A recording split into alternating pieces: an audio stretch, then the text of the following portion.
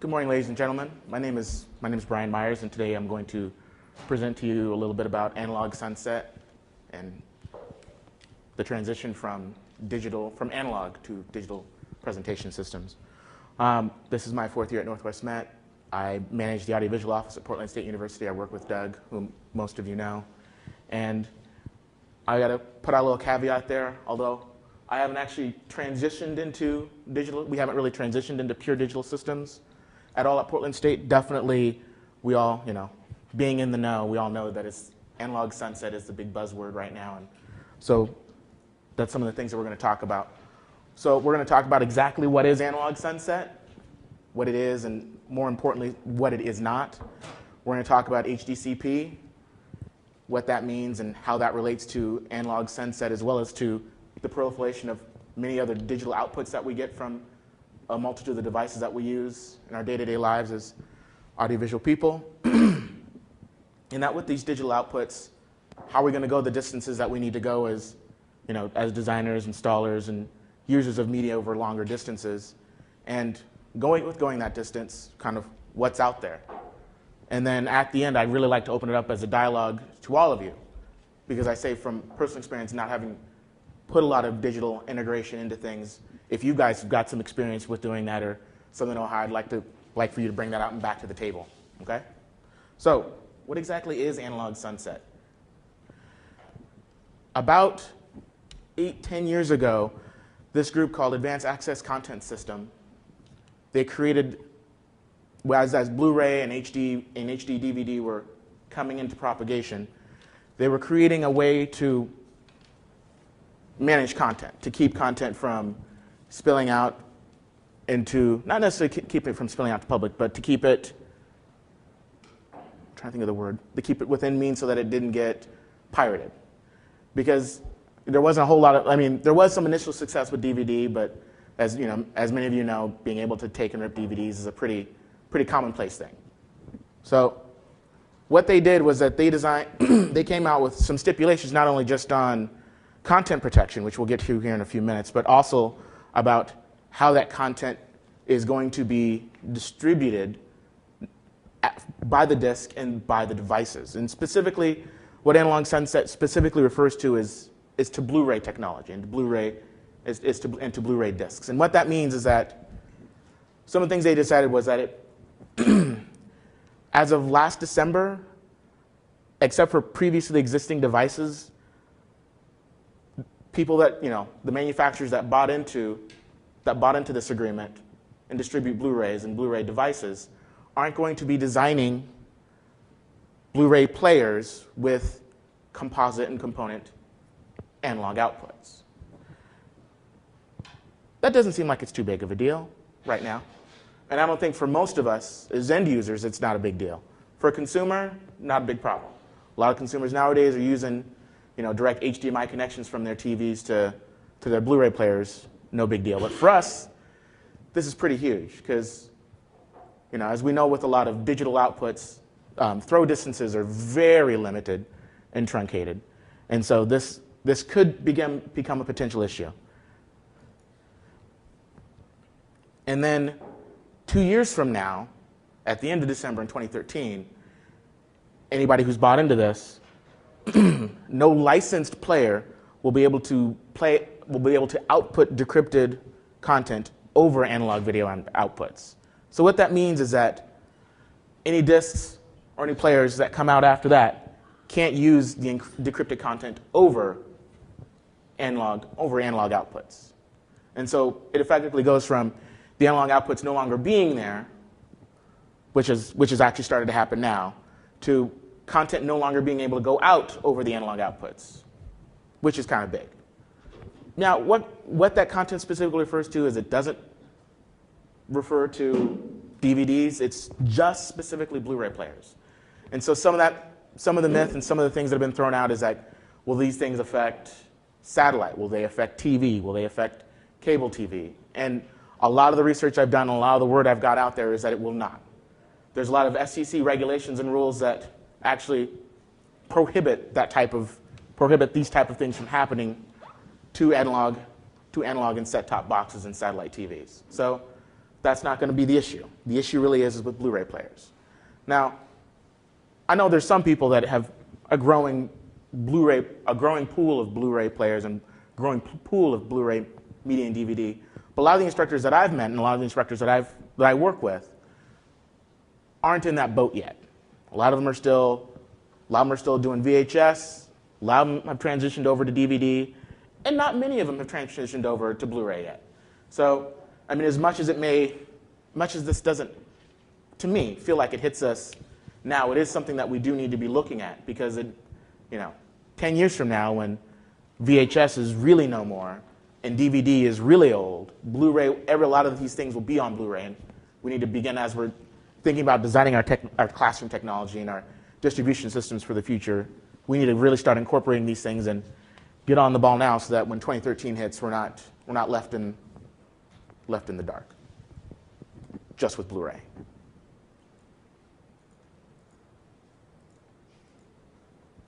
So, how exactly do Blu-ray players and devices keep from displaying in this encrypted media? And there's lots of processes that go into it, but pretty much what it is, and you've heard the term most likely before, it's HDCP, or high bandwidth digital content protection. And so I'm not going to go too technical into it, because I'm no coder, I don't understand. But the basic premise is that there are keys that go from there are keys that are encrypted in the device, in the disks themselves, and those keys need to be passed from the device to the display device, and then back again. And once that key transition happens, and everything thinks that it's okay, it's all digital, it's all licensed, it's all good to go, you can see your video.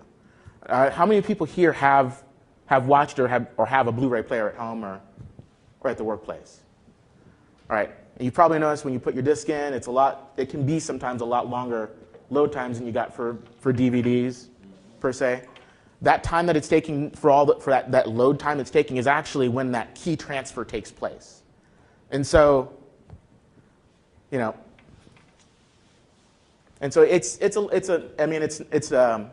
longer.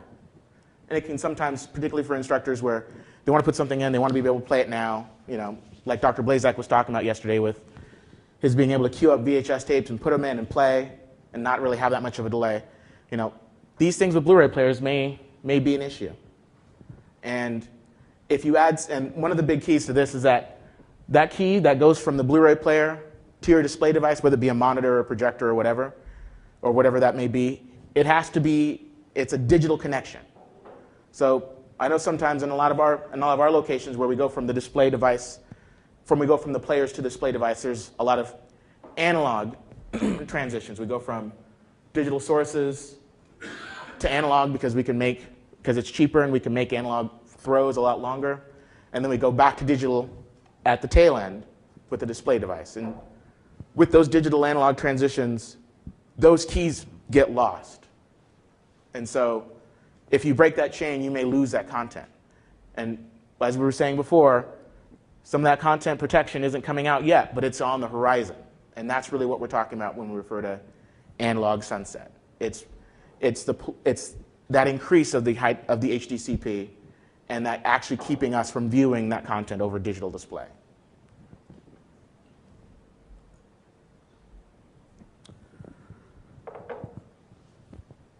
Digital devices. There's DVI, HDMI, DisplayPort, different kinds of SDI, and then every single one of these digital outputs has a mini version of it in some form or fashion. And a micro version sometimes. Yeah, and sometimes even a micro version. And I'm certain a lot of you have instructors I'm certain you have laptops that may not have analog or VGA outputs. They've got DVI or mini DVI or micro DVI or HDMI or DisplayPort. And we're already having to find solutions right now to take whatever type of digital output you've got on there.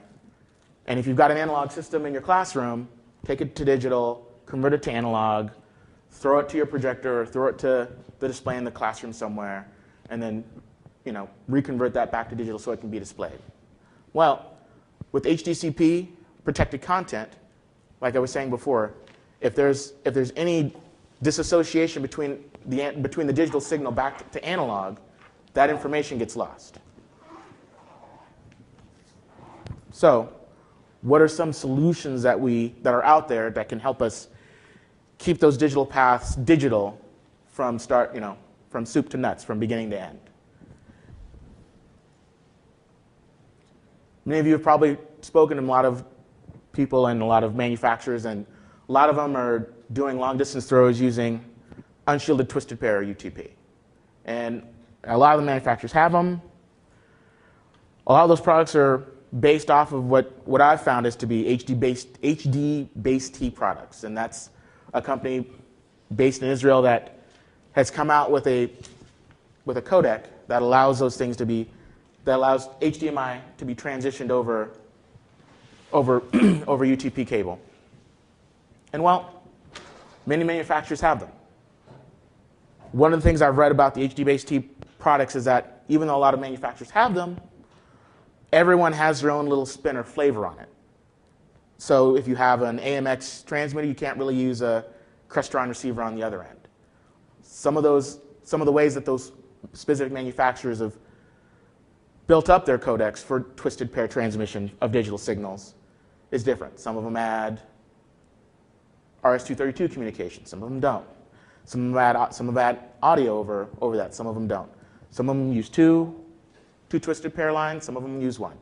So there's a lot of variations on it. So Brian, it's not a standard saying, I mean, two twisted pair for ID, one for analog. It's not that. All the manufacturers that I've researched and read, they use that codec, but then they've converted it into their own proprietary way. So I haven't seen like a standard of just one. Well, no, I haven't, to answer your question. So like for Extron, for example, a lot of the Extron products, when it comes to when you're transitioning when you're using digital twisted pair, you have to use 2 runs. But a lot of the AMX products, you just use 1 run. They're UTM product line. So I mean, a lot of them are using the technology, but they're using it differently. So, it's one thing to consider. Like if you pick one, you more likely will have to. I mean, not saying you're stuck with something, but if you're going to pick it on one end, make sure to pick it up on the other end. Otherwise, you create yourself a problem for it. Most definitely.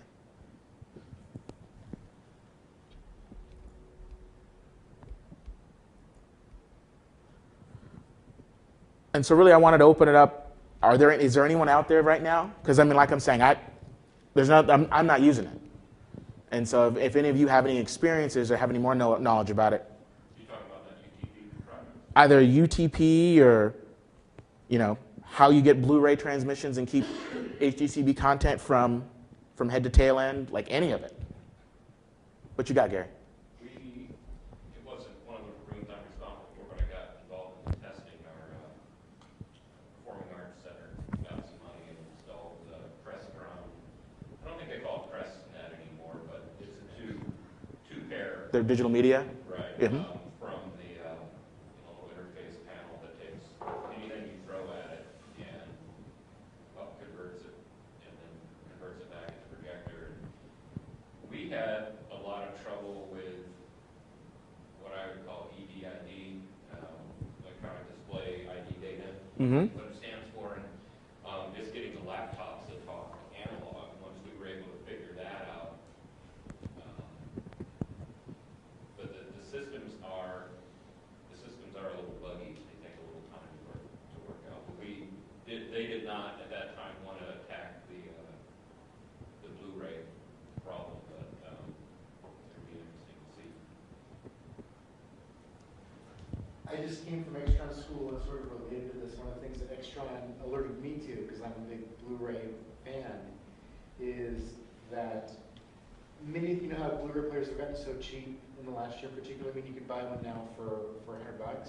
Well, what they've done with those Blu-ray players, so you're dealing with a department, they want to buy, a DVD VHS combo unit and then a Blu-ray player. It's like, oh, just skip the combo player, just use the Blu-ray player to play your DVDs in it, right? Fine. No. Even if you put a DVD in some of these cheap Blu-ray players, it's still going to expect to bounce the digital keys because it was cheaper for the manufacturer just to always insist on sending that digital key out. So even though you've popped in a DVD that doesn't have HDCP compliant issues, the player itself has made it so everything going out of it has to be HDCP. It doesn't matter if it's a Blu-ray disc or a DVD. So that's made me kind of steer back from just telling everyone just skip the DVD player, just get a Blu-ray because it's backwards compatible, right? Well, not if your room is not HDCP compliant. Don't replace your DVD player quite yet. Does Extron have a magic box that will help with that? Extron has all kinds of solutions, and I'll readily admit I drank their Kool-Aid. But they did point out that these, one of the cost savings on these latest Blu-ray players are in that, $200 and below price range is that all of them are just expected to be HDCP compliant. It's cheaper for them as a manufacturer not to be reading that data on a disc-by-disc basis, just to always insist that anything it's sending out be HDCP compliant. So that's just a little warning on that. So I had one or two incidents, and I can't confirm that it's 100% true, but supposedly some teachers were trying to play some digital content from the web, and it was blocked because of our system. But I can't really go into the detail. But I was told later that they actually can encrypt digital content so that it will actually not play through your output if it's analog. Do you know did you read more about that? I have heard about that, because you'll run into HDCP compliancy not just with Blu-ray players, but you also run into it with anything with a digital output. Like a lot of the things I've read out there have not really touted about it as far as like in the PC realm. But I mean, a lot of PCs now are coming with Blu-ray players, and so I mean it is going to be a transitioning issue, not just out of Blu-ray players. But you can encrypt, but I'm fairly certain you can encrypt the content so that's only coming out of, it's what you would intend to be the intended display device. And if that display device is an analog. Yeah, you can definitely do that. Yeah, if it's analog. You can restrict it from displaying on projectors. You can restrict it from displaying on what was it? Off the web, you can do that though? I think it was from the web. Yeah. Oh, is it off the web? Yeah, I was really surprised. Yeah, How am I using? I understand what you're talking about, Brian, but I was curious, off the web sounds, It was weird. Well, Really? so supposedly it was playing on the monitor, like that was directly connected to the Computer. but it wouldn't go to the projector. So I thought that was really strange that they would get that advanced by now. They knew that it was going to the projector. Was it their laptop? I think so. Sometimes with laptops, I don't know if any of you hit this, Or maybe sometimes it was their the laptop doesn't have a robust enough video driver in it. Display or both. Video card, and so that's why I always tell faculty, just tell your laptop only to project out, because I've actually seen it where someone will have a PowerPoint with an embedded video, and it runs along fine on just both, and as soon as they go play that video of the tsunami, the screen goes blank, goes black, because their video card in their particular laptop can't handle sending that video signal into both. That may be, but Maybe. it's I don't remember. hard to know. It's been a few years since I've Because I know that. I've seen it. Yeah. I know, yeah. Also, Brian, you talked about using twisted wire pair to extend high-resolution signals.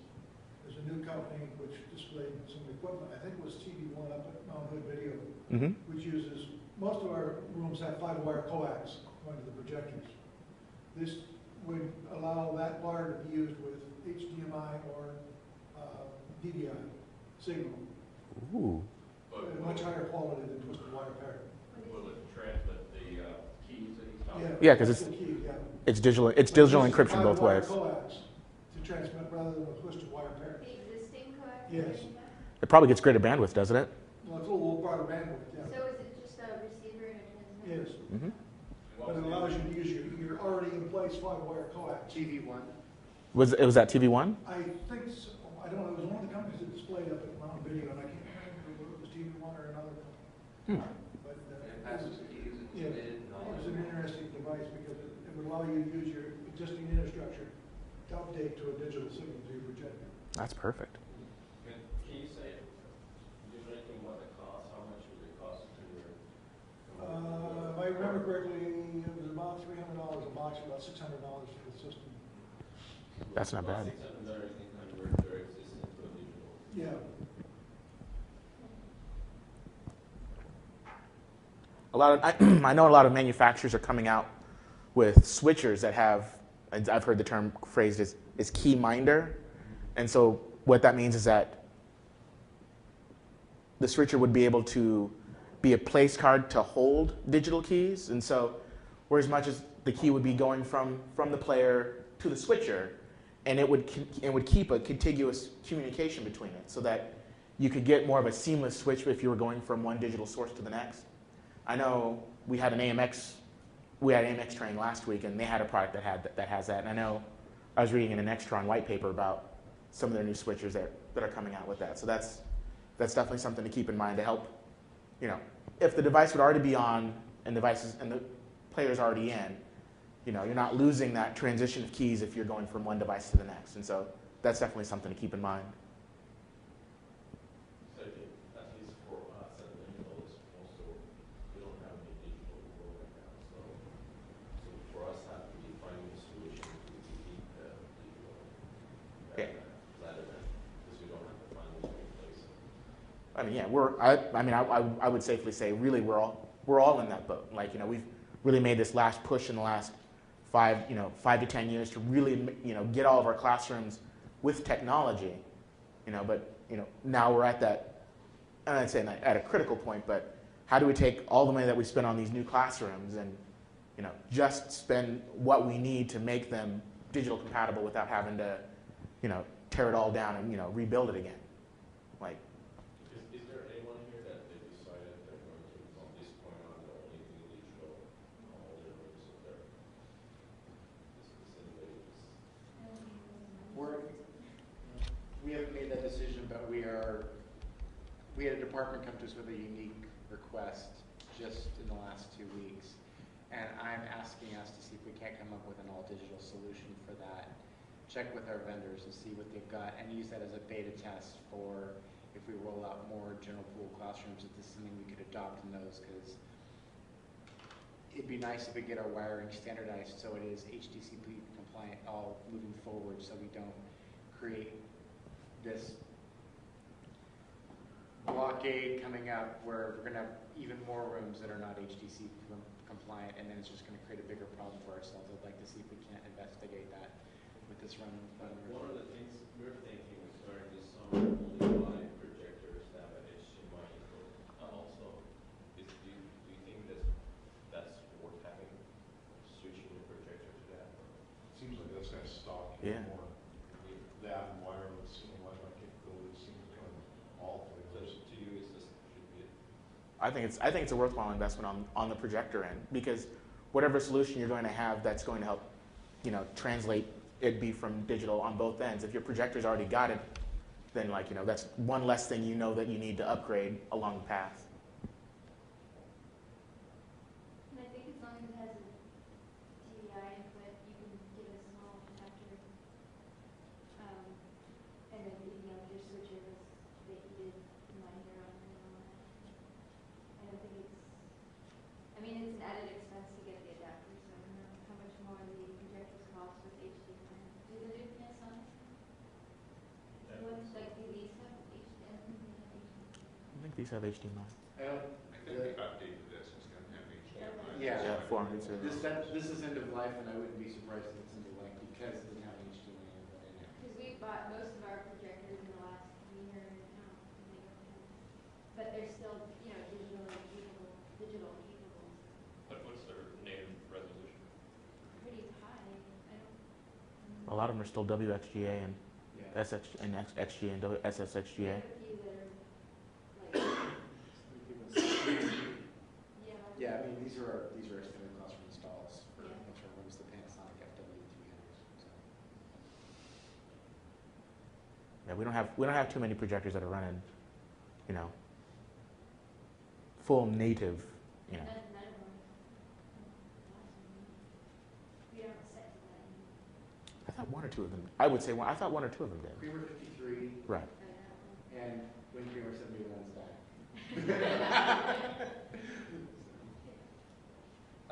I'd say if you're thinking about running HDMI to project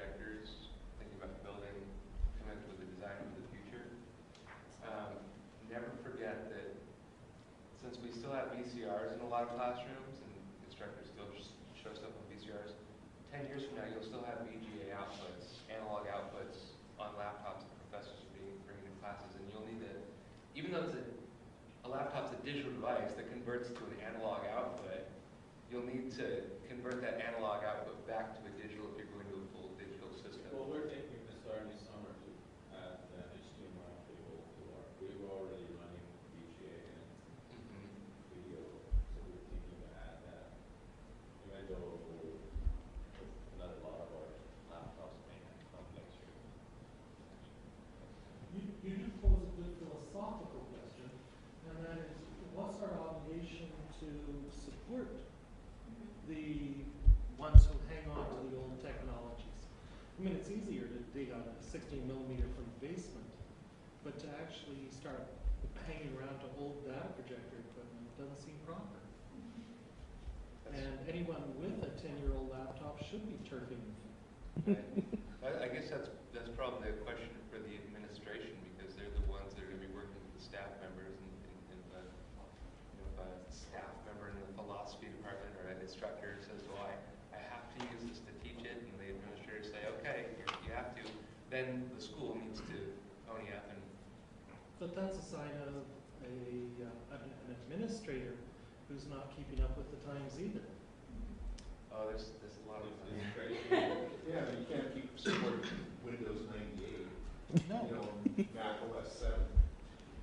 Well, the thing is, I was surprised. I went to our IT department and I saw one of those old Mac SE, whatever it is, sitting there. And I said, "What is that doing?" And he said, "Well, our register office has still a database on it, and they're still they have to keep that little thing running because they're this." And I was surprised. And this is IT department. We still have, we still have slide projectors in our office. It's like, on one hand, it's like, I don't want to say no, I want to be able to help people, even if they're still using a technology that isn't created anymore, isn't supported, you can't get parts for it, like when it dies, it dies. But, just offer them something and just let them know that it's going to be at a limited capacity. We have a slide scanner for just that purpose. You want to show slides, let me do it in PowerPoint for you. We get art professors that want an opaque projector, and I'm like, really? An opaque projector? Yeah, and I guess at PSU, just down the hall from our AV office, we have Instructional Development and Service Center. Is that what it stands for? Mm-hmm. Where instructors that have stuff on VHS tape that want to go into the digital world, we can walk them right down there, set up an appointment with them and one of the staff people down there, and they can help them digitize their footage. And I think every school probably has Have they something analogous. refused it at all? Oh yeah, we send instructors down there regularly when they come. When they say they don't want to? Well, I just, some instructors just decide, hey, I've got stuff that I've been teaching with for years, and I want to digitize it. And there's a few exceptions. We have an instructor who likes to show this old Piaget film for an education class. It's on 16 millimeter film, and she would love to digitize it, but she can't get a hold of the company that has the copyright for the movie. And so she's got, it was me, I would just digitize it, but she wants to be able, follow the letter of the law and everything, and so we can respect that. So that's one of those things where it's a film she orders from the University of Washington every year. They ship it down in the mail. We set it up for a projector, then she ships it back, and it'd be really nice just to digitize that.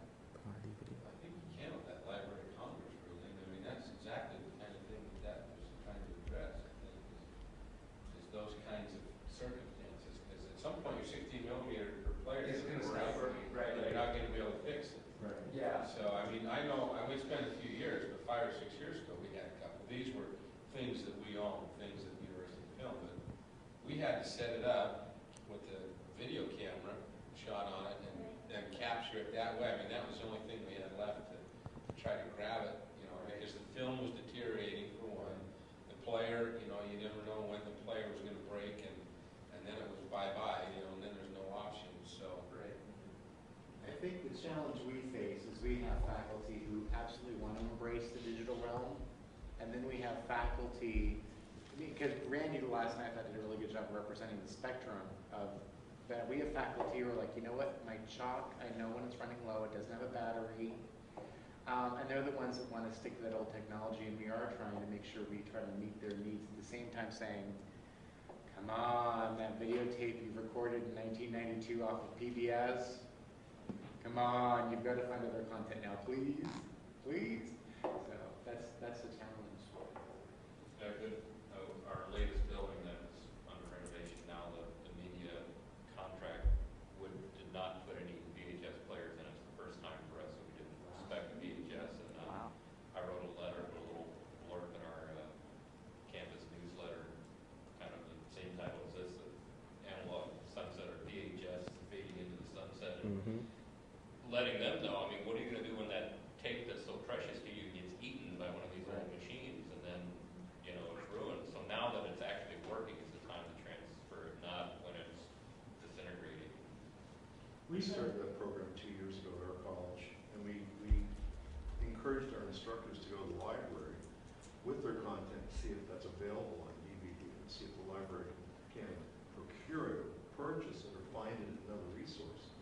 And yeah, the last two buildings we didn't do any tape players at all.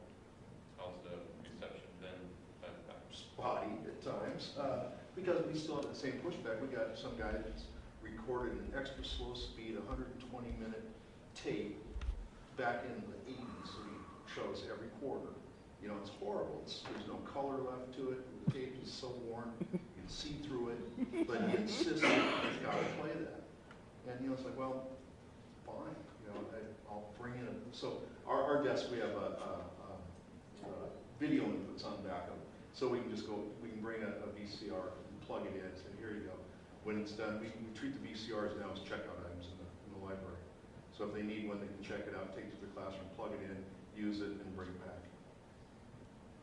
We've done a thing, same with going to the library to coordinate, whether the material is available on another format, or even to find out who the producer is, but we do go on a best effort, and that is if you can file that you've actually sent a letter to the producing company, or the closest thing to it, we'll actually do the transfer for the people. And if we get a letter back that says you can't run this, then we'll say, okay, we'll pull it. We've never gotten a letter back from any production company. We've got return mail back saying they don't exist anymore, not at that location. But we do try to do our best effort, and that seems to keep our lawyers happy. The other thing that we've done as far as a transfer, we did this a couple of years ago, that we did a video transfer of how to repair a marine pump, which was taken from a U.S. Navy 1944 film. So we ran it through a telecine.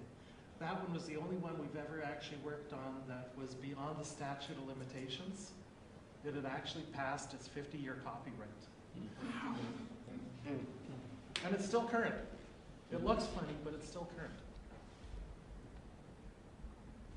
I'm kind of wondering if maybe EDUCAUSE or CCRMC or some organization is looking at the difficulties that campuses are going to face in this digital transition. And is there a lobbying effort going on, something like akin to fair use, or to everybody is saying, well, sorry, we're going to have to upgrade all of our. I don't know. Well, I just know, I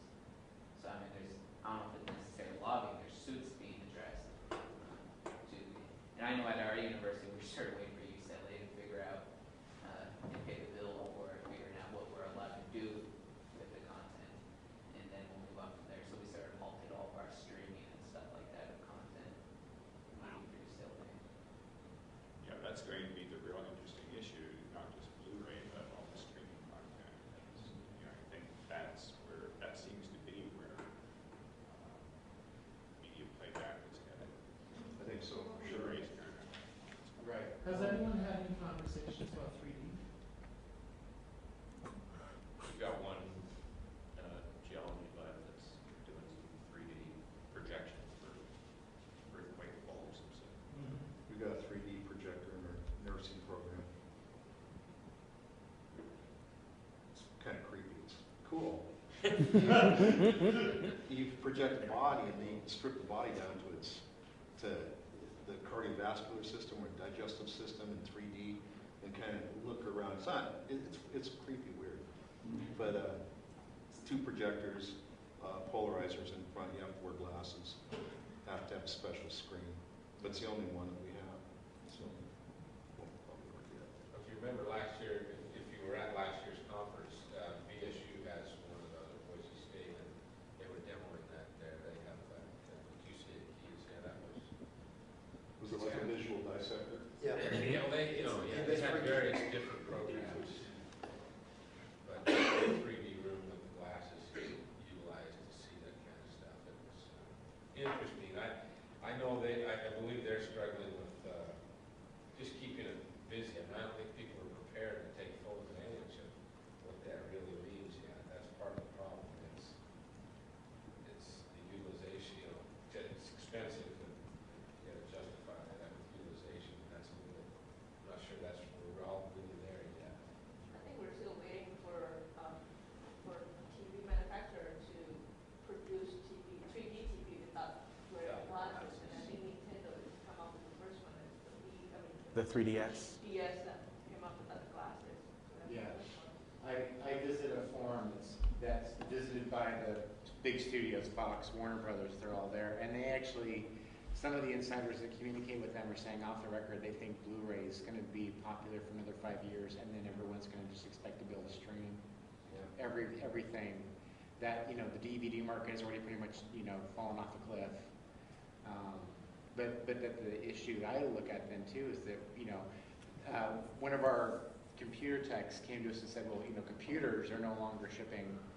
You can't get them with VGA outs anymore, and they've made this, Dell's refusing to make any more VGA outs, that everything is going to be going digital there. And the same, if they're putting Blu-ray players in their computers, which they're doing now, then ththose are going to have to be able to be HDCP compliant too. If some film prof just wants to pop in, Hamlet on Blu-ray in his class and be able to show this clip of Kenneth Branagh for his Shakespeare class, and he needs to be able to do that, and then all of a sudden he can't do it. He's going to want to know why. Students here at PCC, we just started a company where we have people from libraries, from media services, and from instructional support, distance learning. So we all come together and basically created this form where faculty could just fill in the information if they need to stream the video or VHS or need to convert something. And then the librarian will take a look at the copyright, make sure everything's good, and then we do the work for it for them. So it's a really easy process for working all together.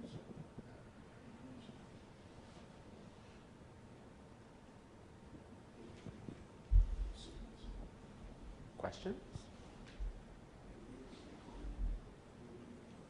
I had one more comment. Mark, maybe you had this when you went to that Extron training. But, last year, I think it was at CCMC, there was a guy from Extron, I can't remember his name, who was talking about the HDCP keys and how different components handle the keys differently.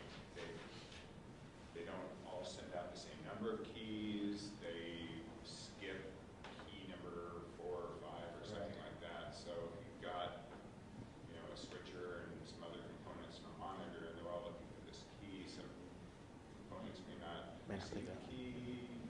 Any comments on that? Brian, I was just down at Extron. They've got all kinds of, again, I readily admit I've drank their Kool-Aid. They've got all kinds of switchers and scalers that will pass those keys, and using EDID, even their own devices will talk to each other. You don't need to program to talk to each other anymore. They just know once you connect, oh, you're this and you're this. But they're able to send the signal over their proprietary, twisted pair that can send. I think in our demonstration they showed they were sending it virtually 60 miles, and then sending it back and putting it right into the player. And it was because they were actually able to show us when they changed it from digital to analog, and they had five monitors set up in the room, and when you were getting a signal that was not HDCP compliant, their Extron device would send a green screen, so you would know it's actually getting a signal, but that it's not HDCP compliant. And then when they turned on their key minder, it didn't matter that it was passing through 6 devices.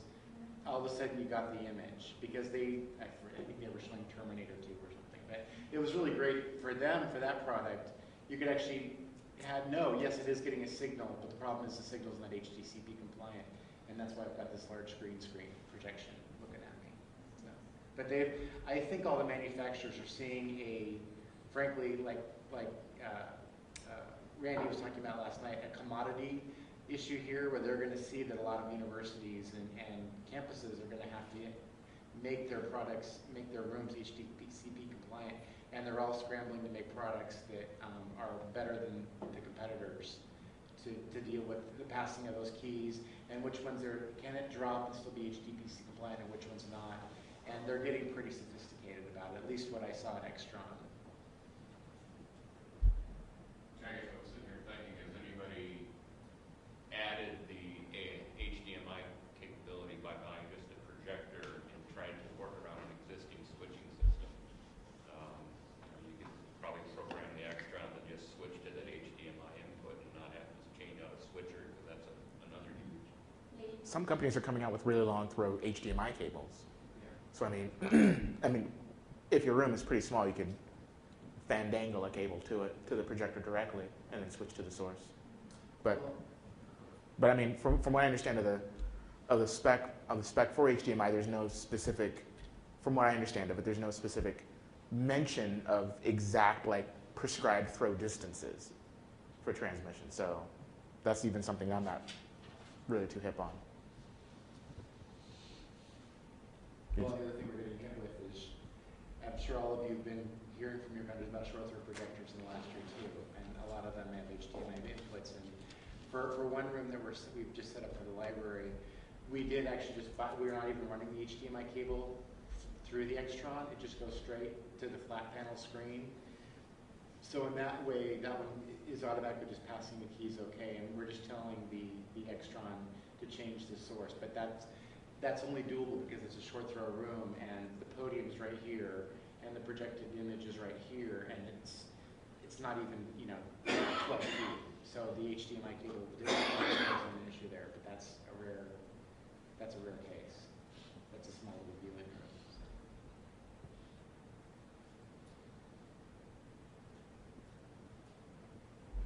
Thank you.